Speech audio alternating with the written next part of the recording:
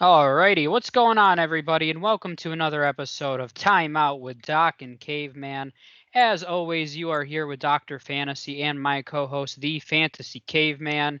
We are continuing to roll on here with our NBA team previews. This episode is a very thrilling one with the Oklahoma City Thunder. So, recapping their 2020 season, they were 22-50, second to last in the Western Conference under their very young head coach, who they just call in Oklahoma City Coach Mark. Really, the story here with the future. The story here is with the future of the Thunder. They have 14 first-round picks in the next 4 years, and too many second rounds to even care about. But last season, they allowed the sixth most points in the league and scored the third fewest, so they really struggled all around the board. Shai Gilgeous-Alexander averaged 23.7 points per game, and we'll talk a little bit about him, I'm sure. Lou Dort also stepped just a little bit. Lou Dort also stepped up with 14 points last season. Their rebound leader was Moses Brown, who is no longer with the team, and we'll talk about that when we get to their offseason. Darius Bazley averaged 7.2 points. Assists was Shai with 5.9. Steals leader Chuck Diallo with 1. And then blocks Moses Brown had 1.1. So, Caveman, who stood out to you last season for the Thunder? I'm sure you're gonna. The easy answer to say is Shai. I'll take the easy route. You can talk about. There's a couple of guys. Even though you look at this team, not many, but yeah, there's some. With Shai, for me the biggest thing with Shai is that I think he took a lot out of Chris Paul's one season with him. I think he really learned from Chris Paul.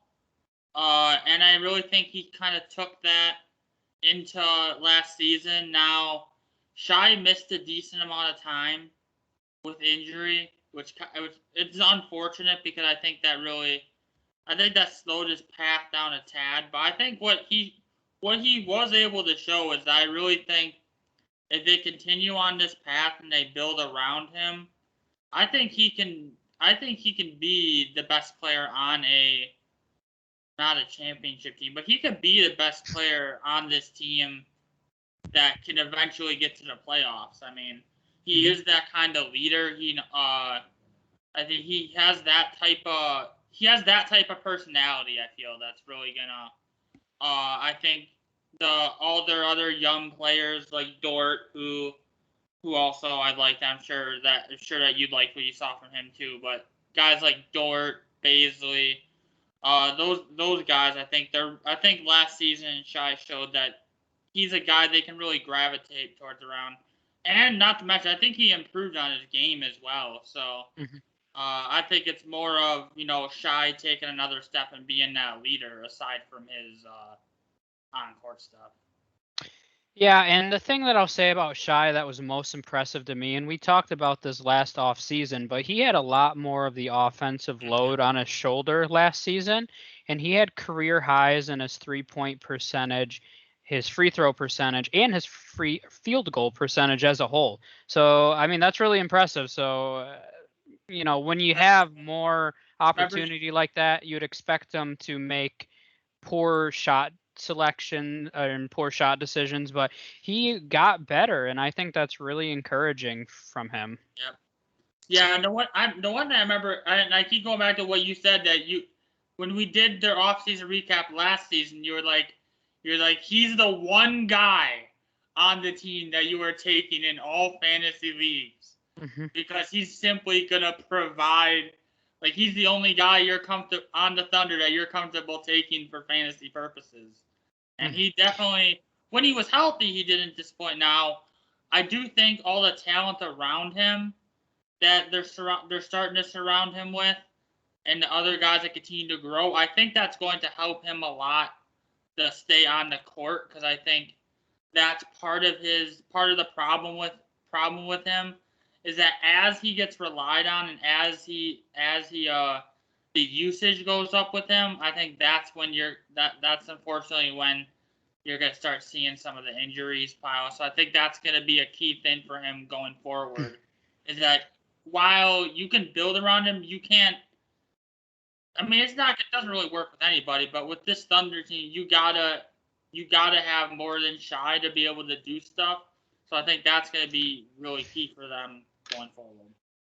Yeah, so I think what I learned about the Thunder last season is they have a lot of really good role players. Yeah. And I think Shai can be an all-star player, but when you're talking about guys and, Pukusevski's only 19 years old, Theo Maledon's still only 20 years old, so Basley's only 21 years old. A lot of these guys are still really young, but based on what I saw from them, I think they are going to have a lot of depth in the future.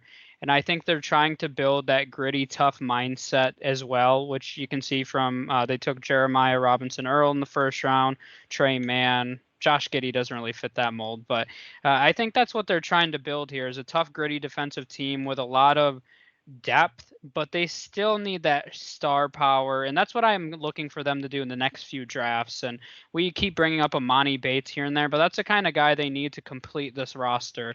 They need a superstar level player, because I won't say Shai can be the number one option on a championship team, but do I think he can be a number two option on a championship team? I would say, yeah, I do think that he can do that, but they just need that one superstar player to tie all of these young pieces together. So I mentioned Pukusevski as well as Maledon, who both were, I would say, fairly impressive considering no one really had high expectations for them. Maledon averaged 10 points, 4 assists, and 4 rebounds.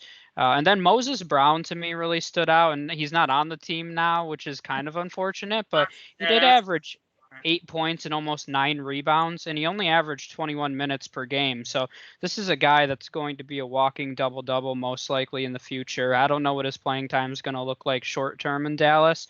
They might be looking to move on from Porzingis, and maybe then you see Moses Brown step into the starting lineup. But either way, I thought he looked really good last year, and I was kind of disappointed when they let him go because I thought he could have been a really nice energy, great rebounding piece for them. So that was a little disappointing. But I mentioned some of their pieces that they acquired through the draft already. Josh Giddey at number 6, arguably the most surprising pick of the entire night.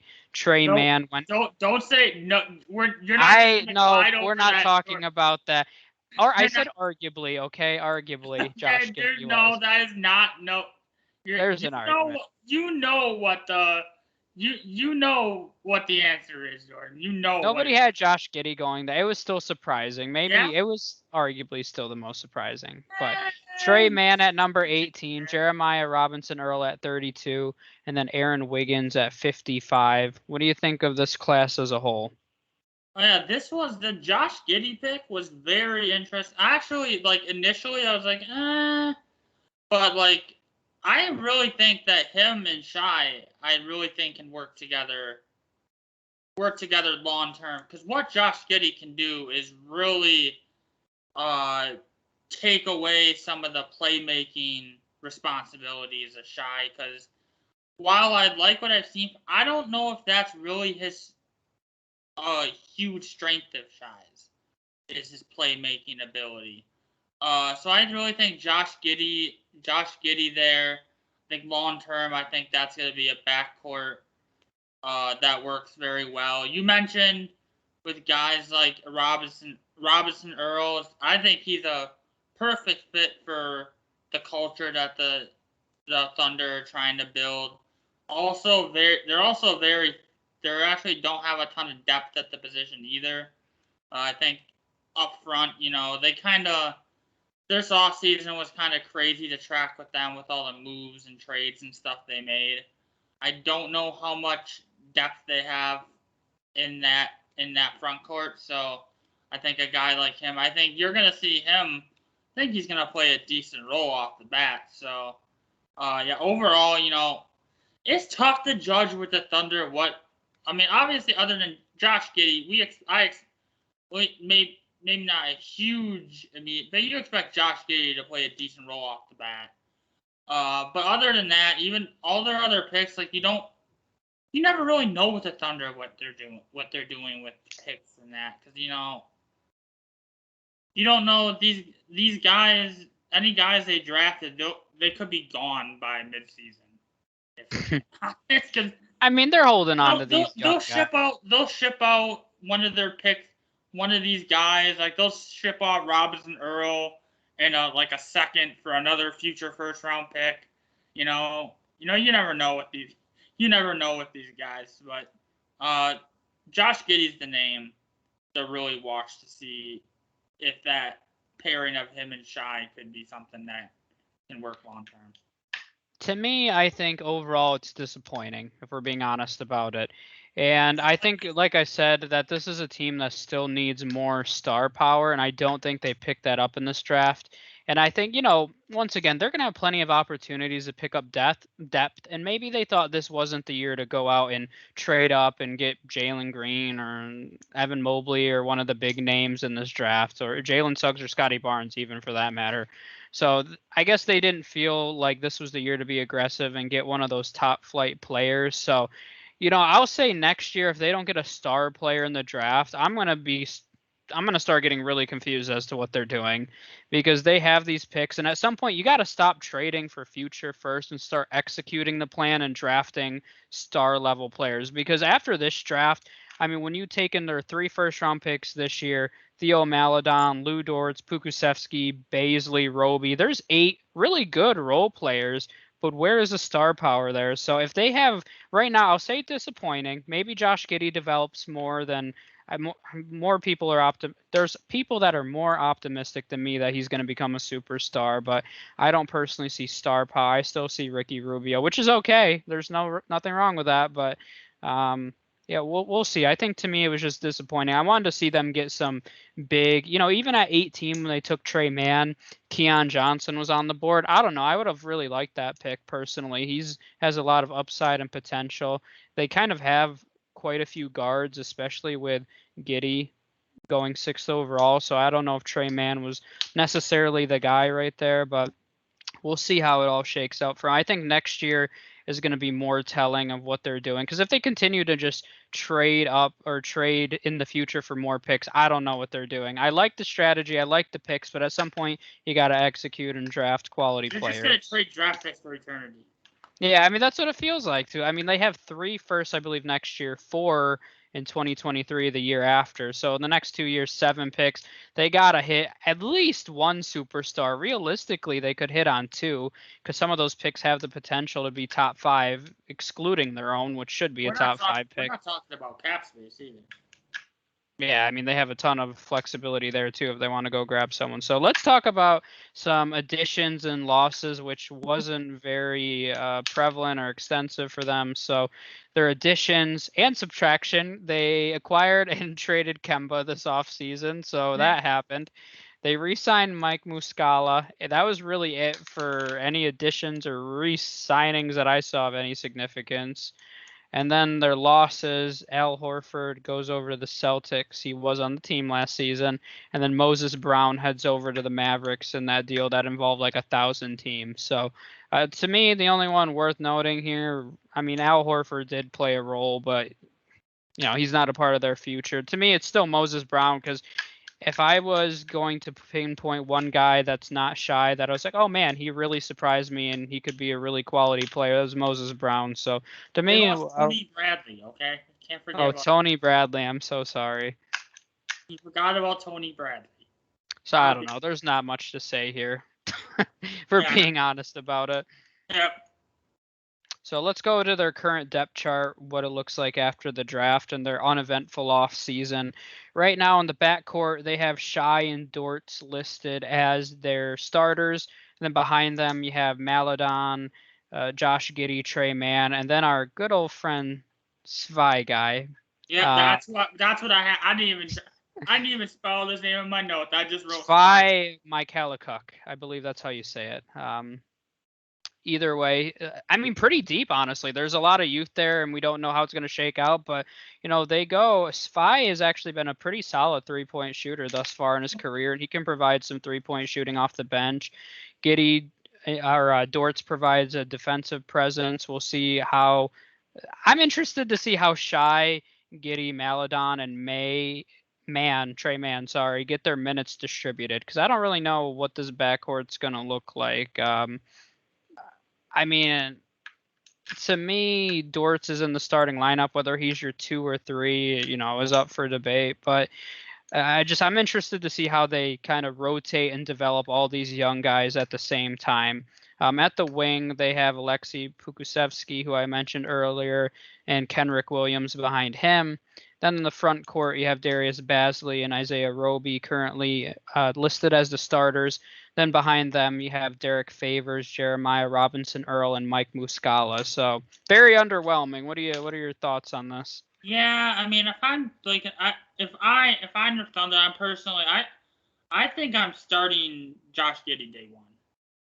I need if the Thunder pick Josh Giddey as 6 overall over some of the other guys they took, they had to have seen something in him during the pre-draft process or whatever.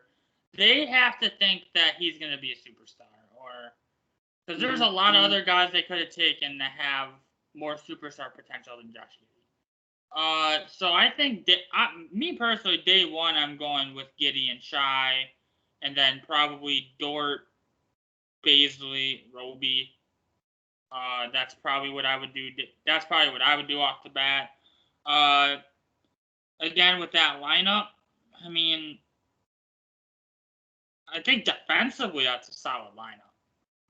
The Thunder from opening night are going to be really solid defensively. They have several good defensive players.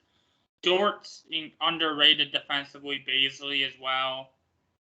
I think looking at this roster, the struggle is going to be offensively, as you'd expect. I mean, I like what I saw from Dort in his improvement. I think he improves by like 8 points a game or something over his over the previous season. But we know Shai.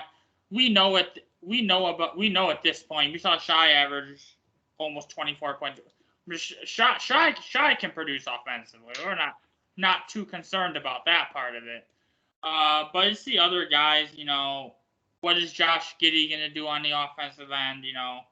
Does Dort continue to improve? Basley as well.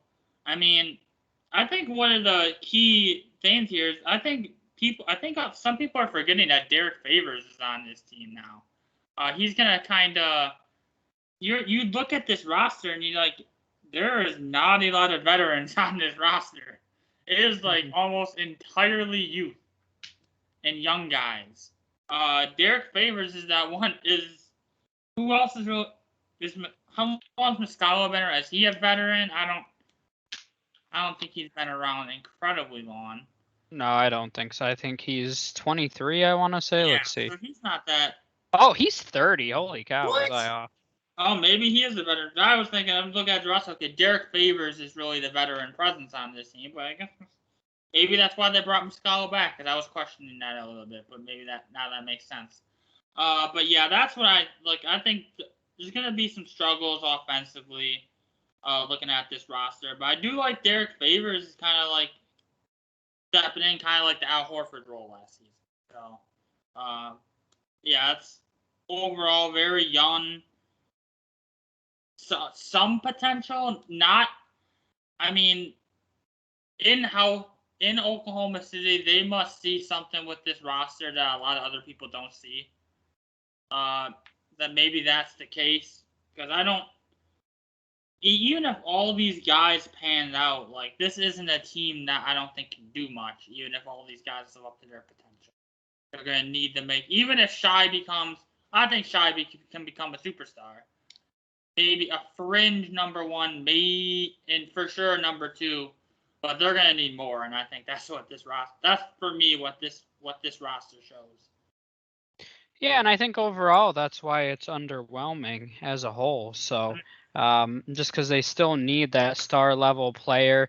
I think the interesting thing is going to be, obviously they're not trying to win this year, but it's going to be interesting to see how they balance the minutes. And that's what I was kind of talking about with the backcourt a little bit, because the primary focus here is development. So how do you adequately develop all these guys and give them consistent minutes? I think that's going to be really interesting to monitor throughout the year. Because like you said, I mean, you can put Giddey in the starting lineup. I don't think that's going to happen. Do I think it's feasible? Yes, even though he's 18, he did play in a professional Australian league last year. So he was playing against big boys. He wasn't playing against, lower level colleges. He was playing against professional basketball players. So he, I do think he's going to be a little more developed than other young prospects are at his age. But, the reality is they don't need to rush him at this point, but they're still going to want to give him minutes. So I don't know. I'm interested to watch that balance because even if you put Giddey in, then you move Pukusevski to the bench. And I don't know. There's just a lot of young guys to balance here. And I'm interested to see behind Shai who steps up as the second biggest offensive threat. Is it going to be Lou Dortz? Is he going to continue to be the second biggest offensive threat? Or do we see a guy like Pukusevski, Basley, Roby? Do we see one of these guys? There's going to be a guy that steps up behind Shai this year. And I think that's going to be interesting to note and to watch. So as far as where I expect them to finish this year, I'd be shocked if they weren't last in the Western Conference, for being honest about it. I don't really see who else would finish below them. We're going to talk about the Timberwolves in a few episodes, but they have too much talent to finish below the Thunder. We'll talk about with the Timberwolves, but where's that talent gotten them? Yeah, nowhere, because they still don't play defense. But you mentioned that. I do think that this isn't going to be an average defensive team. I know I don't expect them to finish in like that 15, 16, 17 range, but they were 25th last year. Would I be surprised if they made a little more progress and were like the 20th best defensive team this year? No, I wouldn't be surprised, and that's going to keep them in some games. So I think that's at least slightly encouraging. Yeah, I mean, I don't see. I kind of get where they're trying to go, but I don't know that they're ever gonna get there. Because I just think their process would take way too long. I would be surprised if they didn't finish worse in the West. I mean, but as much as we hated I still go back to 2 years. I still go back to 2 years ago where we were saying the same stuff. If what happened, they finished 5th in the Western Conference, out of nowhere. Yeah, that was annoying. That defied all basketball logic. Nothing would shock me. Like at this point, I would not. Nothing's impossible, but would it shock me if they made the playoffs somehow? No, because they showed they can defy the odds. They did it 2 years ago. It was a little different. They had Chris Paul, so they had a Hall of Fame point guard. They had Billy Donovan, who I think is, I mentioned a million times, I think he's underrated as a head coach. So they had some different elements, but so I would be shocked. I would put $1 billion on them not making the playoffs. I'm not going to even say a few. No, I'll put $1 billion on that not happening. So you don't even think they can sneak into 10? I would be shocked if they won 22 games last year. I don't think there's any chance they win above 25 this year. No way. I'd be shocked if they went above 25. I'm just, the 2 years ago is still stuck in my mind. You're just trying to make it more interesting. The reality is this team stinks, and they're going to stink this year. That's just the reality. They finished second to last ahead of the Rockets last year, but the Rockets have too much they have young talent as well, but it's much higher quality than what the Thunder have. So I think the Rockets are still going to be above the Thunder this year. So I think that's it for the Thunder. We've talked way too much about them. I think it's going to be interesting moving forward to see what happens with them, because if I'm thinking back to sports history, we've never seen a professional sports team deconstructed like this, where they've had this many first-round picks in a short period of time. So how it all comes together, I think, is really interesting. We're witnessing something that really hasn't happened in any sport ever. So I think it's going to be kind of cool to see what they do with it. And they have a good opportunity, but if they, like I said, if they don't start hitting on that star power, it's not going to work out. So we'll watch it moving forward in the next few years. Thank you guys for watching. Make sure you subscribe on YouTube and wherever you're listening to podcasts. And we see you for the next episode, which is the Cleveland Cavaliers. I can't speak. Thank you, guys.